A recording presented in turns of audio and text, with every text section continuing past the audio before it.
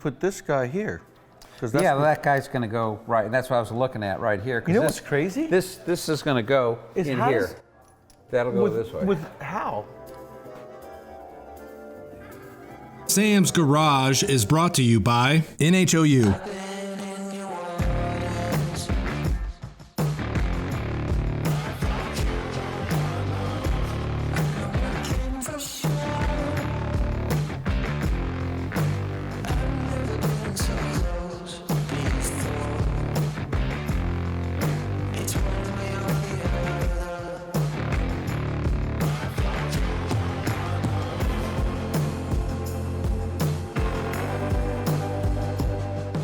On this episode, Sam and Kevin Ford complete the Flexolite radiator and fan installation in the Project Jeep TJ Rock Crawler.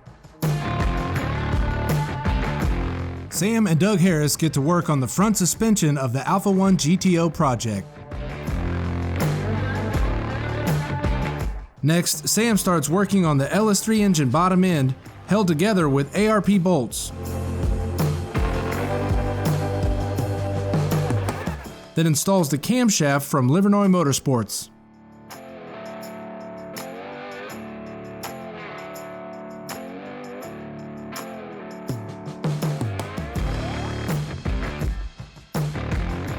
On this episode, Sam and Kevin Ford complete the Flexolite radiator and fan installation in the Project Jeep TJ Rock Crawler. Okay, today we're going to be tackling one of the most important parts of any project, and that is going to be the cooling system. Now, anytime you have a custom application like this Jeep, if you've noticed that there is nothing but openness up here, we've removed all the cladding that directs the air naturally going into the radiator, and it's gone now. So we have to come up with some good cooling to take up for that. Yeah, we want to get as big of a radiator as we can into a small space. I mean, Jeeps don't have a lot. We've put a big engine, lots of horsepower. We're going to be off-road, sitting a lot. So we're not going to get that natural airflow from cruising. So we want to make sure we got a big, nice fan that can move the air through and keep us from overheating. Yep, and a good idea in this case is to put yourself a 160 or a 180 thermostat like what Travis likes using. Now, it's important that you pick the right radiator for something like this because you got 3 to 4 row on this particular radiator, aluminum construction, and you look at the fan shroud, it completely covers the surface area of the radiator, giving you the maximum cooling. And like Kevin said, when you're idling like we're going to be, we need all that power we can get. Yeah, that's right. So the biggest thing is getting this into this small package, creating our brackets, getting everything mounted securely, because the other part of off-roading is it's rough on stuff, you know? We want to make sure it's secure. Absolutely, and we're going to have to do a little bit of a JDM lean to the radiator. That's right. I can't wait. Okay, we got the grill back in place. Now we're going to see if the radiator fits and what kind of bracket should we have to come up with. We're trying to stay below this top line so we clear the hood, and we're trying to make sure we clear those brackets. And then we have to keep in mind that which should be clear because the front of the hood has some girth like to a bulk, it. yeah. Yep. So we have to make sure that we stay away from that. And we're tilted black, so what we're going to do is we're going to make some brackets right here off the roll cage. We're going to tack them in place because we don't have our accessory drive yet, and we don't want to make anything permanent just yet. That's right. We want to do that and make sure we're happy with the brackets, and we'll figure out how we're going to brace them and just weld them up when we're all done. Okay, so now we're going to take the radiator out and make some brackets. Yeah. Now, you know, this cardboard gives us good protection while we're doing any kind of mock-up on a radiator. Yeah, I mean, as careful as you want to be, you can knock those fins over, especially on an aluminum radiator like this, and then, you know, it just doesn't look good. Yep, and it doesn't flow as well. And anytime you guys are cutting something like what we're doing here, don't go crazy and cut everything off. Cut a little bit off at a time so that you can get good clearance, because there may be a time where you don't have to cut everything off. We were able to save this bottom part and keep the integrity in the grill. Yeah, it keeps our mounting point now. Like if we had to cut this whole thing off, we'd have to refigure the mounting, but this is going to work out good. We'll check it and make sure, and then we'll get to the tabs. What we're going to do, we're going to loosely bolt it in, test fit the radiator, and see what kind of mounts we have to make for it.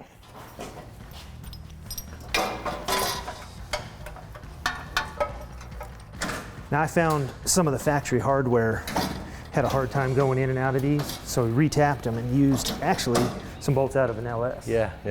That way it keeps it factory fresh. Yeah. But it's a good idea to always go back and tap things because this is older and rust builds up on the threads, then you start galling your hardware. Absolutely.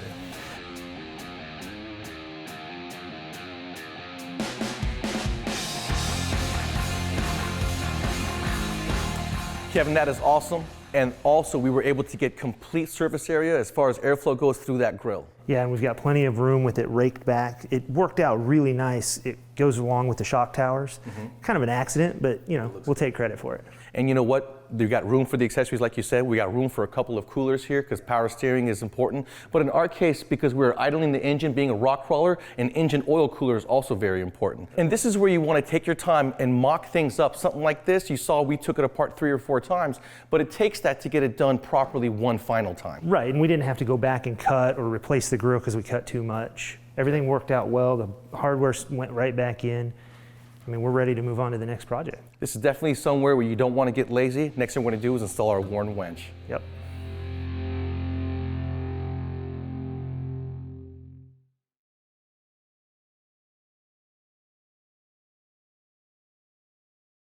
Sam's Garage is brought to you by NHOU. Sam and Doug Harris get to work on the front suspension of the Alpha 1 GTO project. This week, updated control arms are installed to help keep the front wheels pointed in the right direction. The control arms are a critical part of the suspension, connecting the chassis of the car to the steering knuckle.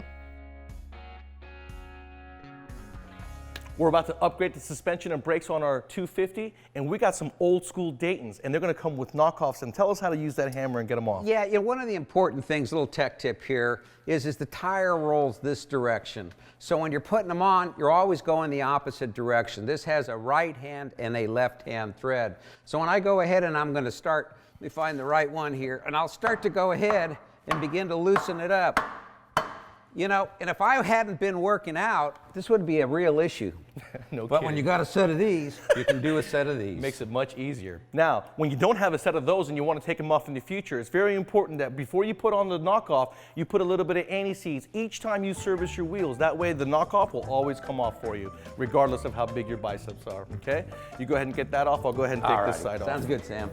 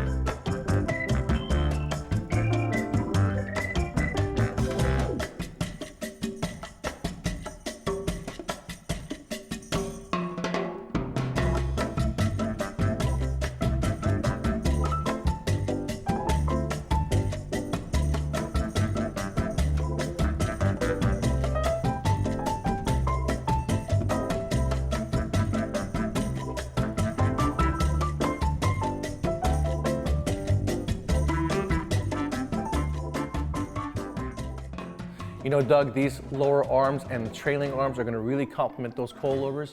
As you can see, we've eliminated the 2 joints, the 2 bushings right here at the frame. Yeah. We've got caster adjustment, we've got camber adjustment, and we got camber adjustment on the shock itself. Yeah, just a little tech tip. When you're putting all of this stuff together, make sure you put it together loose. Make sure everything fits right. Just hand tight all the nuts and bolts, everything onto it. Otherwise, if you begin to tighten it and things aren't right, then you're tearing it apart and you don't really know. So make sure you just hand tighten everything, mock it all up before you start tightening. Absolutely. And don't forget, anytime you guys are replacing something that's an alignment item, like this trailing arm, take it and mock it up with the original one to get you close to the alignment shop. Now, we're going to have to go back and put cotter pins in, but we're not doing that yet because we're going to get new inner and outer tie rods on this to complete the front suspension. And I'm also going to get new bearings for the spindles. So, but right now, we're good to go on the front and we can start to tackle the rear. That sounds great. And on the rear, we're going to be doing the differential, cross members, and a complete setup just like this on the rear. It's going to make it really handle around the corner. Yeah, once again, it's going to give us all the adjustments that we need.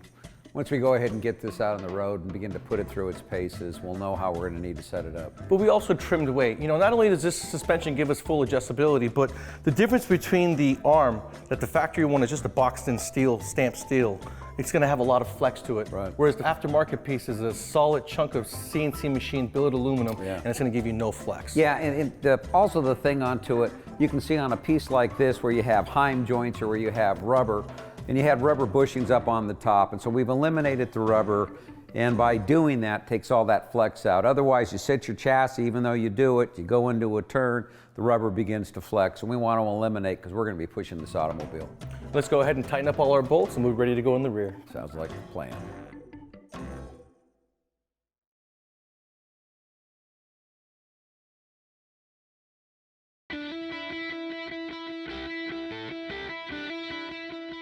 I'm here with Joe DuPont, NH Oil Undercoating. And Joe, I've heard of restoration.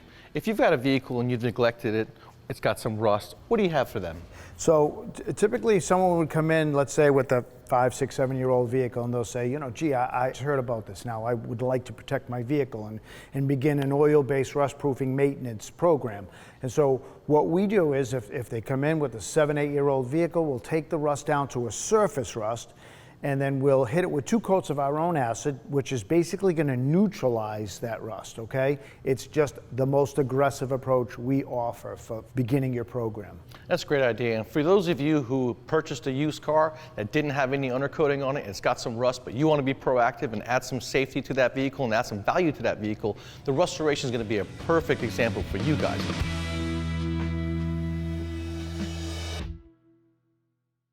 Sam's Garage is brought to you by NHOU. Next, Sam begins working on the LS3 engine, starting with the bottom end held together with ARP bolts.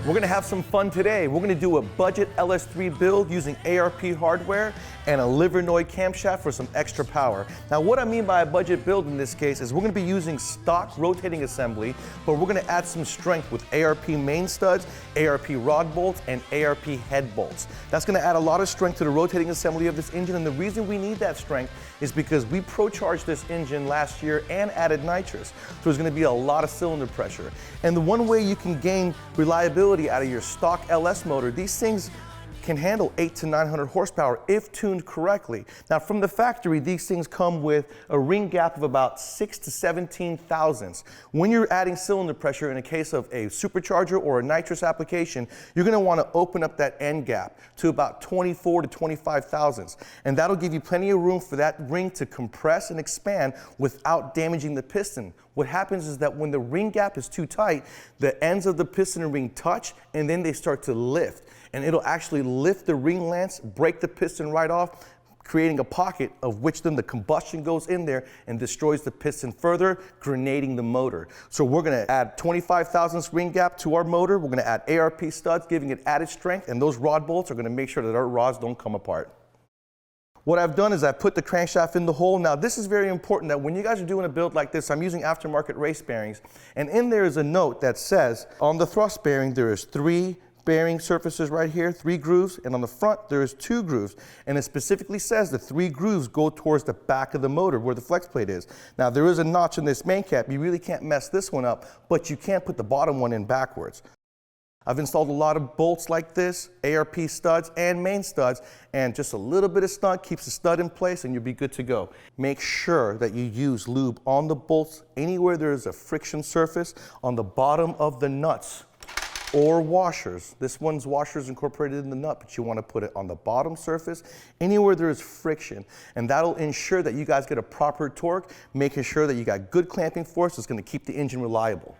All right, now I'm going to go ahead and install my nuts, finish torquing down the crankshaft, and we'll go ahead and install our pistons. We got the crankshaft all installed, all the bolts are torqued down to spec. Now we're going to go ahead and get ready to put our pistons in. I could use an old school ring compressor like you guys have seen many people use, just like this, but I love using the ARP sleeves that allow for the piston to slide in, compressing those rings, causing no damage. A lot of times, depending on the taper right here at the beginning of the cylinder, this particular spring compressor can cause a ring to actually get caught up right here at the edge, damaging the ring. Then you have to stop and go buy yourself another set of rings. With the ARP sleeve, it goes in like butter, 0 damage. Gapping our rings. In this particular case, our second ring has a dot on it and it's beveled. Very important, these go on the correct way. The top ring in this situation is not beveled on either side, so it can go on either way. There is no dot. So when you want to determine your end gap on your rings, what you do is you take your ring, put it in the hole, take your feeler gauge. In this case, I'm at 24 thousandths, and I got 24 thousandths clearance. Now what I like to do before I install the piston is I'll put a little bit of oil on the wrist pin itself.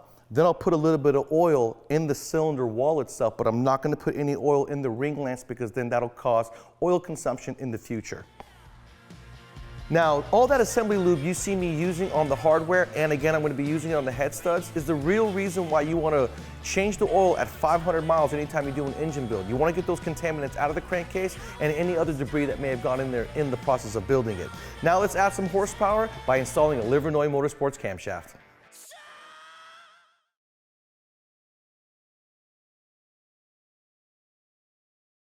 Sam's Garage is brought to you by E02.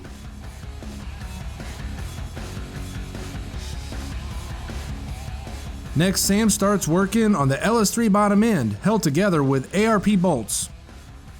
Then installs the camshaft from Livernois Motorsports.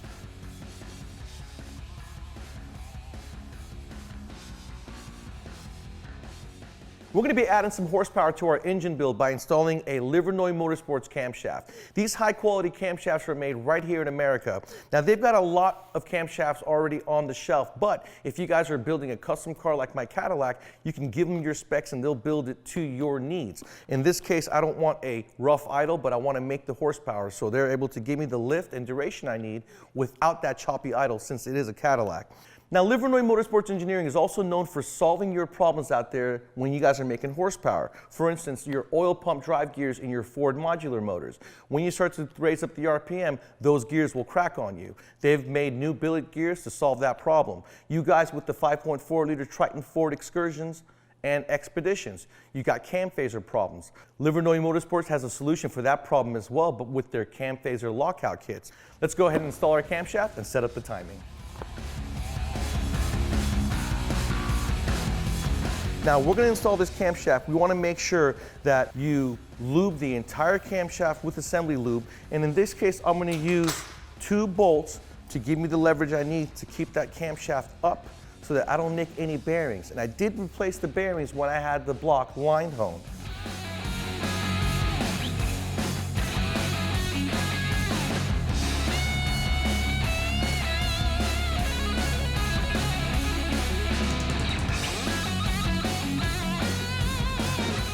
And this is very important that when you guys are building yourself an engine like this is where you need to do some maintenance items. For instance, the LS engine across from 5.3 all the way to 7.0 is notorious for the oil pumps failing.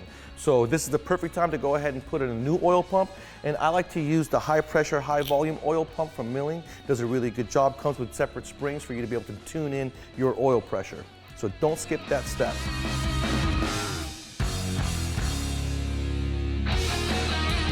This is the perfect opportunity that when you're installing your new camshaft that you go ahead and change out the timing chain along with the new tensioner if your engine is equipped with one.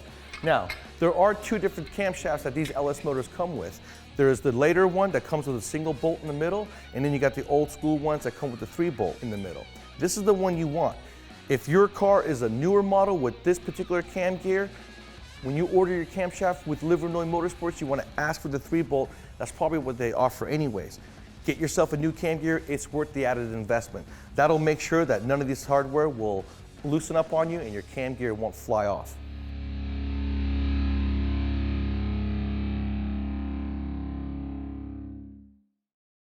Okay, we got the Livernois camshaft installed. Now this camshaft can make up to 140 horsepower at the wheels or 170 horsepower at the crankshaft, depending on your whole application. That's pretty healthy numbers for just a camshaft swap. Now when you're doing this, like I said, this is the perfect opportunity to go ahead and change out the timing components. The tensioner, if your engine is equipped with one, if you have a later model motor, and the timing chain and oil pump. All that is new, gives you some peace of mind. Save you labor down the road. Now the bottom end is completely assembled. We've got ARP bolts on our valley cover, and if you notice the valley cover is new because this was an L99 engine that I did an LS3 conversion on. So as you can see, 2 of the lifter buckets are old, 2 of the lifter buckets are new. That's because I have to change out 8 of the lifters to the LS3 style. Go ahead and change out the valley pan, completing your conversion. Next, all we gotta do is put on our Brodix heads, complete the long block, put it in the car and crank it up.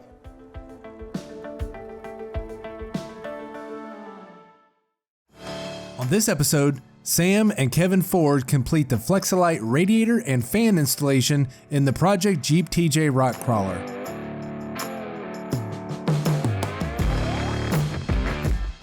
New control arms were installed on the Alpha 1 GTO project.